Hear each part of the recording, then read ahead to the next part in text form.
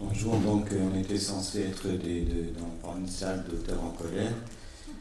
J'avais même prévu. Et la réalité, comme toujours, c'est que nous sommes devant les institutions, c'est-à-dire devant tous ceux, toutes celles qui profitent des auteurs, qui en vivent, qui n'ont pas effectivement le souci de la fin du mois, parce que la fonction de salarié permet d'être assuré de ce qui tombe. Évidemment, ce sont des choix de devenir auteur qui sont individuels, qui ne demandent personne d'autre responsable que soi. Je suis entré en écriture comme on entre dans les ordres, en faisant quasi vœu de pauvreté, ce qui a été mon cas pendant de très très très nombreuses années. Quand l'éditeur m'a dit que j'allais vendre 350 livres de mon premier ouvrage, j'ai dit cool, parfait, aucun problème. Après, le destin était un peu différent, mais j'ai été rattrapé aussi par ce qui prévaut dans la vie de l'auteur, c'est-à-dire à la fois une espèce de considération fumeuse. J'ai été cité 2 fois par des présidents de la République, dernièrement, là encore. Et ne me citez plus, je vous en prie.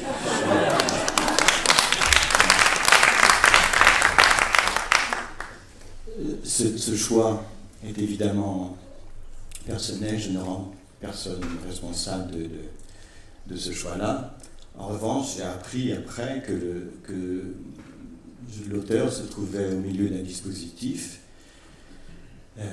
qu'il faisait tourner, un dispositif formidable. On a cité des chiffres là, qui sont quand même pas rien, et donc il est simplement une sorte de variable d'ajustement compressible à souhait, qui fait que, par exemple, quand on vous invite, et ça je ne supporte plus de l'entendre, on tient à me préciser que l'on paye mon voyage et mon hébergement.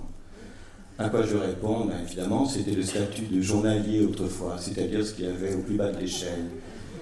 Et pour ce qui est des sandwichs, en plus on mange de plus en plus mal, et en plus quand vous êtes vegan, comme c'est mon cas, vous repartez avec un coton de pain. Donc vous voyez, c'est assez proche du statut de journalier.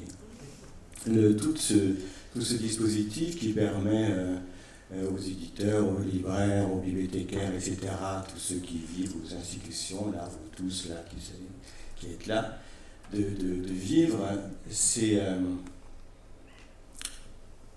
assez agaçant lorsqu'on vous explique que mais de toute façon, c'est une promotion pour vous, puisque vous allez avoir la possibilité de faire connaître vos ouvrages et de les signer, et donc de vous rémunérer avec ce formidable pactole des livres signés.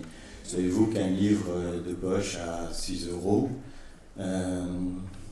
vous rapporte 5%, c'est-à-dire 30 centimes.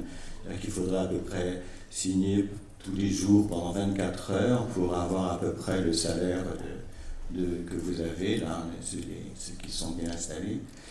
Donc vous voyez que c'est un statut qui est formidablement, qui semble être envié, c'est-à-dire que tout le monde aimerait être à cette place-là, pour avoir ce cadre parolien que donne l'écriture, et qui se paie d'un profond mépris. Le terme a été employé tout à l'heure, et c'est de cet ordre, c'est-à-dire qu'on fait payer à l'autre ce talent particulier, qu'il a, et qui est l'expression de ce que Rimbaud appelait une liberté libre.